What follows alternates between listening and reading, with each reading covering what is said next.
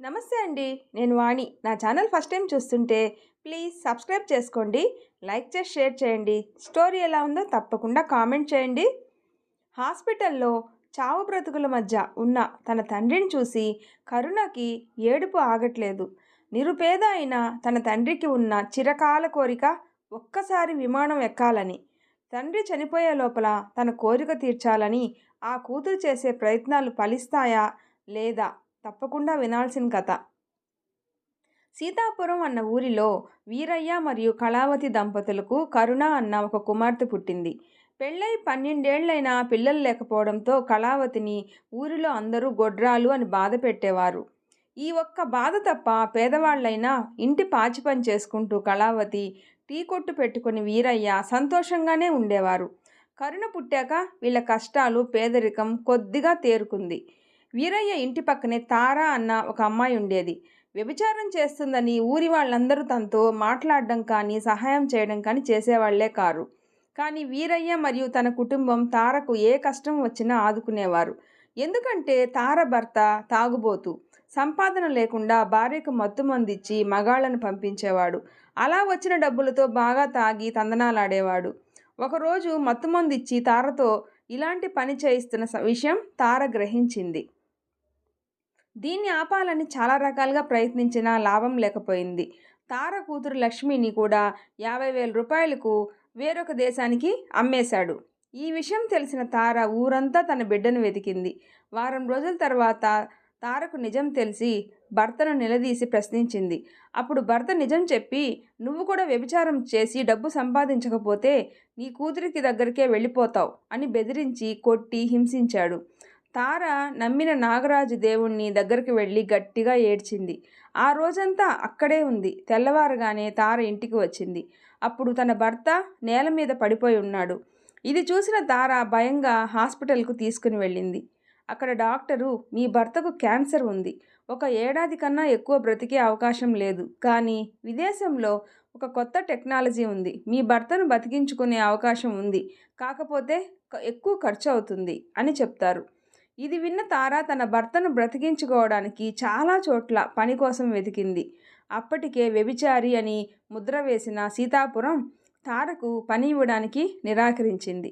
చివరకు వేరే దారి లేక వ్యభిచారం చేస్తూ తన భర్తను ఎలాగైనా బ్రతికించుకోవాలని బతుకుతూ ఉంటుంది. ఈ నిజం వీరయ్య కుటుంబానికి తెలుసు కాబట్టి వీరయ్య మరియు తన కుటుంబం ప్రతి నెల వారి సంపాదనలో 5,000 తారకు ఇచ్చేవారు. అలాగే అవసరమైనప్పుడు ఆదుకునేవారు.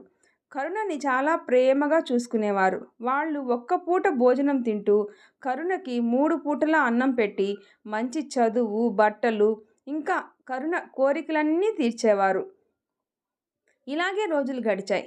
కరుణకి 16 ఏళ్ల వయసు వచ్చింది. పెద్ద మనిషి కూడా అయింది. ఈ వేడుకని వీరయ్య అంగరంగ వైభవంగా జరిపారు. కరుణ 10వ తరగతిలో 99%తో పాస్ అయింది. వీరయ్యకు చిన్నప్పటి నుండి ఒక్కసారైనా విమానం ఎక్కి వెళ్ళాలి అన్న కోరిక ఉందని కళావతితో కరుణ 6 ఏళ్ల వయసున్నప్పుడు చెప్పాడు. ఇది చాటుగా విన్న కరుణ నాన్నను ఎలాగైనా విమానం ఎక్కించాలి అని ఆశపడి కష్టపడి చదివింది. కానీ ఈ విషయం వీరయ్యకు తెలియదు. పై చదువుల కోసమని కరుణ పట్నం వెళ్ళి అక్కడ చదువుకునేది. కరుణ అలాగే కష్టపడి డిగ్రీ చదువు పూర్తి చేసింది. ఇంకా పై చదువుల కోసం కరుణ పట్నంలో మంచి కాలేజ్ చూసి చదువుకోవాలని అనుకుంటూ హాస్టల్లో ఉన్న తన ఫ్రెండ్తో చెప్తూ పడుకుంటుంది. ఆ రోజు రాత్రి 1 గంట అయింది. కరుణకి ఇంటి నుండి ఫోన్ వచ్చింది. నాన్న హాస్పిటల్లో ఉన్నాడు అన్న సంగతి తెలుసుకొని కరుణ వెంటనే ఊరికి వచ్చింది. కంగారు పడుతూ డాక్టర్ను విచారించగా నాన్నకు బ్రెయిన్ ట్యూమర్ ఉందని, అది బాగా ముదిరి ఇంకా 45 రోజుల కన్నా ఎక్కువ కాలం బ్రతికే అవకాశం లేదని తెలుసుకుంటుంది. కరుణ గుండె పగిలేలా ఏడుస్తుంది. నాన్నను ఎలాగైనా బ్రతికించుకోవాలని కరుణ చాలా ప్రయత్నిస్తుంది. కానీ లాభం లేకపోయింది. ఏదైనా పనిచేసి నాన్న విమానం ఎక్కాలనుకున్న కోరికను తీర్చాలని కరుణ అనుకుంటుంది. అమ్మతో నాన్నను జాగ్రత్తగా చూసుకోమని చెప్పి తార అక్క దగ్గర డబ్బులు తీసుకొని పట్నం వెళ్ళి పని వెతుకుతూ పట్నం వెళ్ళింది.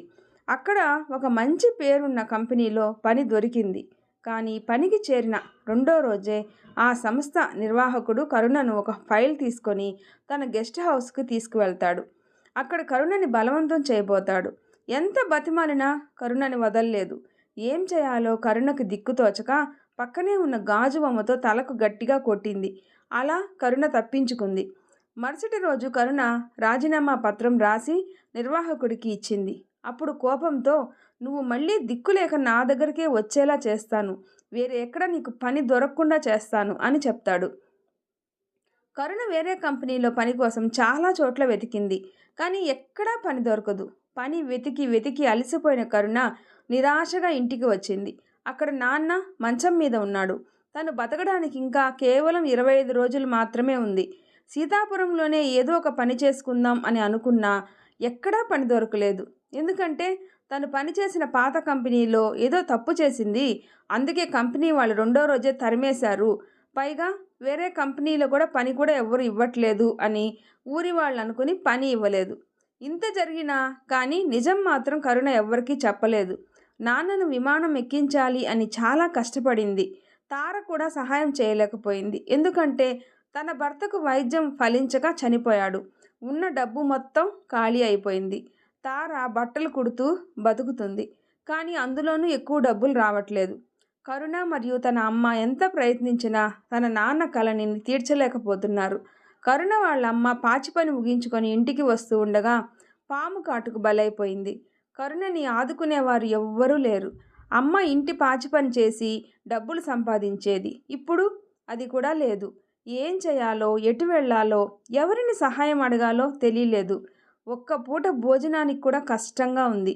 ఎన్ని రకాలుగా ప్రయత్నించినా కరుణకి పని దొరకలేదు.